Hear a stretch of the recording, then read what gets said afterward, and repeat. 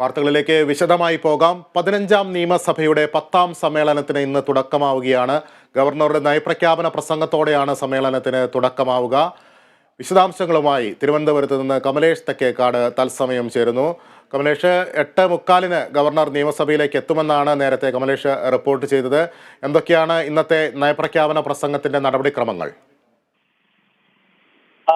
ലിബീഷ്, ഈ വർഷത്തെ ആദ്യത്തെ നിയമസഭാ സമ്മേളനമാണ് ഇന്ന് നടക്കാൻ പോകുന്നത്. അതിൽ ഏറ്റവും പ്രധാനപ്പെട്ടത് ഇന്ന് ഗവർണറുടെ നയപ്രഖ്യാപന പ്രസംഗത്തോടു കൂടിയാണ് ഈ നിയമസഭാ സമ്മേളനത്തിന് തുടക്കമാവുക എന്നുള്ളതാണ്. 8:45 ഗവർണർ സഭയിലേക്ക് എത്തും. 9 മണിയോടുകൂടി നയപ്രഖ്യാപന പ്രസംഗം ആരംഭിക്കും എന്നാണ് മനസ്സിലാക്കുന്നത്. ഇന്ന് മറ്റ് നടപടിക്രമങ്ങളൊന്നുമില്ല. സഭയിൽ ഗവർണറുടെ നയപ്രഖ്യാപന പ്രസംഗം മാത്രമാണ് ഉണ്ടാവുക. ഏതായാലും അതിനുള്ള എല്ലാ ഒരുക്കങ്ങളും പൂർത്തിയായി. ഗവർണറെ സ്വീകരിക്കുന്നതിനുള്ള മറ്റു കാര്യങ്ങളൊക്കെയാണ് ഇപ്പോൾ സഭയിൽ നടക്കുന്നത്. അല്പസമയത്തിനകം ഗവർണർ എത്തും. 8:45 ഗവർണർ എത്തും. മാർച്ച് 27 വരെയാണ് ഇക്കുറി ഈ സഭാ സമ്മേളനം ചേരുന്നത് എന്നുള്ളതാണ്. മറ്റ് നിരവധി നടപടിക്രമങ്ങൾ ഇതിന്റെ ഭാഗമായി ഉണ്ട്. 8ഓളം ബില്ലുകൾ ഈ സഭാ സമ്മേളനത്തിൽ അവതരിപ്പിക്കാനും പാസാക്കിയെടുക്കാനുമുള്ള ഒരു കാര്യമുണ്ട്. 8ഓളം ബില്ലുകളാണ് എടുക്കുന്നത്. ഇതിൽ 3 ബില്ലുകൾ അടക്കം 8 ബില്ലുകളാണ് ഇന്നിപ്പോൾ ഈ സഭാ സമ്മേളനത്തിൽ പാസാക്കി എടുക്കേണ്ടതുള്ളത്. അതിൽ മറ്റെല്ലാ നടപടിക്രമങ്ങൾക്കും അപ്പുറത്തേക്ക് ഇക്കുറി ഏറ്റവും പ്രധാനപ്പെട്ട ഒരു വിഷയം ഈ സഭാ സമ്മേളനവുമായി ബന്ധപ്പെട്ട് അത് ഗവർണറുടെ നയപ്രഖ്യാപന പ്രസംഗം തന്നെയാണ്. നേരത്തെ തന്നെ ഈ നയപ്രഖ്യാപന പ്രസംഗം തയ്യാറാക്കി സംസ്ഥാന സർക്കാർ രാജ്ഭവന് കൈമാറിയിരുന്നു. ഇതിൽ മറ്റ് പ്രയാസങ്ങളൊന്നുമില്ല, മറ്റ് ഭേദഗതികളൊന്നുമില്ല എന്ന് തന്നെയാണ് ഗവർണർ അറിയിച്ചിട്ടുള്ളത്. ഏതെങ്കിലും തരത്തിൽ ഭേദഗതി വരുത്താനുള്ള ഒരു നിർദ്ദേശമൊന്നും രാജ്ഭവനിൽ നിന്നും സംസ്ഥാന സർക്കാരിന് ലഭിച്ചിട്ടില്ല. ആ നിലയിൽ തന്നെ സംസ്ഥാന സർക്കാർ നൽകിയ നിലയിൽ തന്നെ ഈ നയപ്രഖ്യാപന പ്രസംഗം ഗവർണർ അംഗീകരിച്ചു എന്നുള്ളതാണ്. ഇനിയിപ്പോൾ ആ നിലയിൽ തന്നെ ഈ നയപ്രഖ്യാപന പ്രസംഗം ഗവർണർ നിയമസഭയിൽ അവതരിപ്പിക്കുമോ എന്നുള്ള കാര്യത്തിലാണ് ഒരു ആകാംക്ഷയുള്ളെങ്കിൽ, അല്ലെങ്കിൽ എല്ലാവരും തന്നെ ഉറ്റുനോക്കുന്നത് ഈ ഒരു നയപ്രഖ്യാപന പ്രസംഗത്തിലേക്ക് തന്നെയാണ്. നേരത്തെ, അതായത് സ്വാഭാവികമായും ഈ സാമ്പത്തികമായി അടക്കം സംസ്ഥാന സർക്കാർ ഏറെ ബുദ്ധിമുട്ടിലേക്ക് പോകുന്ന ഒരു സാഹചര്യമാണ്. കേന്ദ്ര സർക്കാർ ആണെങ്കിലും വലിയ തരത്തിൽ സംസ്ഥാന സർക്കാരിനെ സാമ്പത്തികമായി ഞെരുക്കുന്ന ഒരു സാഹചര്യമാണ് ഉള്ളത് എന്ന നിലയിലാണ് മന്ത്രിമാരും സർക്കാരും നേരത്തെ തന്നെ വ്യക്തമാക്കിയിട്ടുള്ളത്. ഇതിനെതിരെ പലതരത്തിലുള്ള സമരമാർഗങ്ങൾ സർക്കാർ ആലോചിക്കുന്ന ഒരു ഘട്ടം കൂടിയാണ്. 8-ാം തീയതി ഡൽഹിയിലടക്കം സംസ്ഥാന സർക്കാരിന്റെ പ്രക്ഷോഭം നടക്കുന്ന ഒരു സാഹചര്യം കൂടിയുണ്ട്. ഈ സാഹചര്യത്തിൽ കേന്ദ്ര സർക്കാരിനെതിരായ വിമർശനങ്ങൾ സ്വാഭാവികമായും ഈ നയപ്രഖ്യാപന പ്രസംഗത്തിൽ ഉൾപ്പെടുമെന്ന കാര്യത്തിൽ തർക്കമില്ല. ഏതൊക്കെ മേഖലയിലായിരിക്കും കേന്ദ്ര സർക്കാരിനെതിരായ വിമർശനങ്ങൾ ഉണ്ടാവുക എന്നുള്ളതാണ് ഇനി കാത്തിരുന്ന് കാണേണ്ടത്. സ്വാഭാവികമായും രൂക്ഷമായ നിലയിലുള്ള വിമർശനങ്ങൾ കേന്ദ്ര സർക്കാരിനെതിരെ നയപ്രഖ്യാപന പ്രസംഗത്തിൽ ഉണ്ടാകുമ്പോൾ അത് എപ്രകാരം ഗവർണർ അവതരിപ്പിക്കും, അത് കൃത്യമായി അദ്ദേഹം വായിക്കുമോ, അത് വിട്ട് കളഞ്ഞുകൊണ്ട് മറ്റ് ഭാഗങ്ങൾ വായിക്കുന്ന നിലയുണ്ടാകുമോ?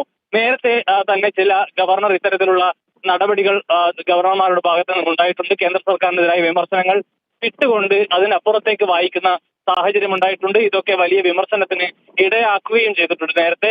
സ്വാഭാവികമായും ഇക്കുറിയും അത്തരത്തിൽ എന്തെങ്കിലും ഉണ്ടാവുമോ എന്നുള്ളത് തന്നെയാണ് ഏറ്റവും പ്രധാനപ്പെട്ട ഒരു വിഷയമായി ആളുകൾ നോക്കിക്കാണുന്നത്.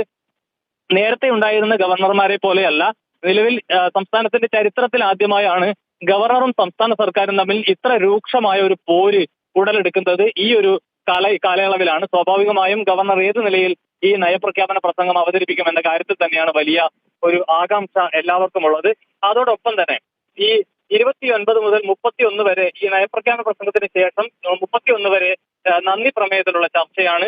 5-ന് ബജറ്റ് അവതരണമുണ്ടാവും. ഫെബ്രുവരി 5-നാണ് ബജറ്റ് അവതരിപ്പിക്കുക. ഇത് കഴിഞ്ഞാൽ 11 വരെ സഭ സമ്മേളിക്കുന്നില്ല. അതിനുശേഷം 12 മുതൽ 14 വരെ ബജറ്റിന്റെ പുറത്തുള്ള പൊതു ചർച്ചയാണ് നടക്കുക. 15 മുതൽ 25 വരെ സബ്ജക്ട് കമ്മിറ്റി യോഗങ്ങൾ നടക്കും. 26 മുതൽ മാർച്ച് 20 വരെയാണ്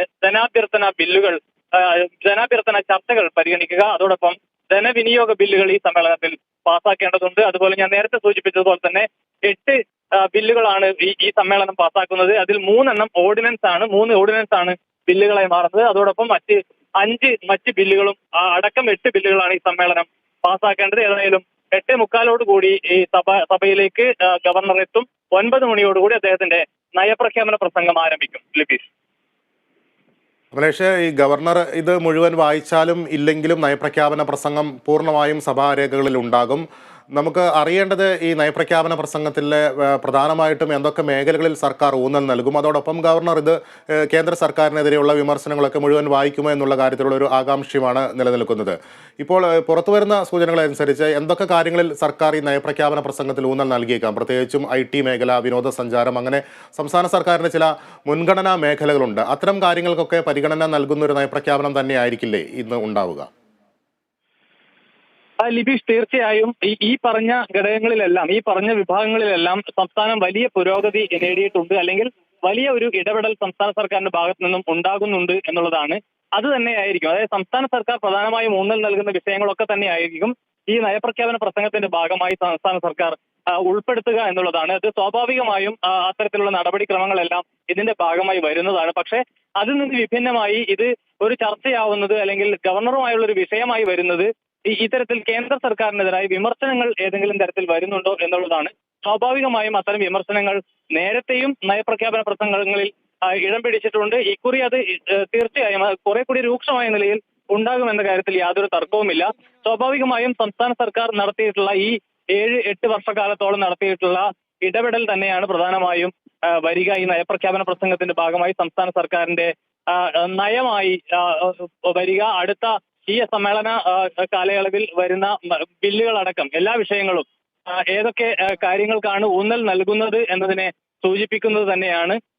ഏതായാലും ഈ നയപ്രഖ്യാപന പ്രസംഗവുമായി ബന്ധപ്പെട്ട് നിലവിൽ നമുക്ക് പങ്കുവെക്കാൻ കഴിയുന്ന വിവരം എന്ന് പറയുന്നത്, ഈ ഗവർണർക്കെതിരായ വിമർശനങ്ങൾ, കേന്ദ്ര സർക്കാരിനെതിരായ വിമർശനങ്ങൾ ഗവർണർ ഏത് നിലയിൽ അവതരിപ്പിക്കും എന്നുള്ളതാണ്.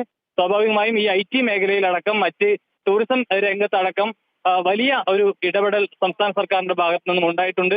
അതുപോലെ തന്നെ പൊതുഗതാഗതത്തിന്റെ കാര്യത്തിൽ വലിയ ഒരു മുന്നേറ്റം സംസ്ഥാന സർക്കാർ നടത്തിയിട്ടുണ്ട് എന്ന കാര്യത്തിൽ തർക്കമില്ല. അത്തരത്തിലുള്ള വിഷയങ്ങളെല്ലാം തന്നെയായിരിക്കും പ്രധാനമായും ഈ നയപ്രഖ്യാപനത്തിന്റെ ഭാഗമായി വരിക.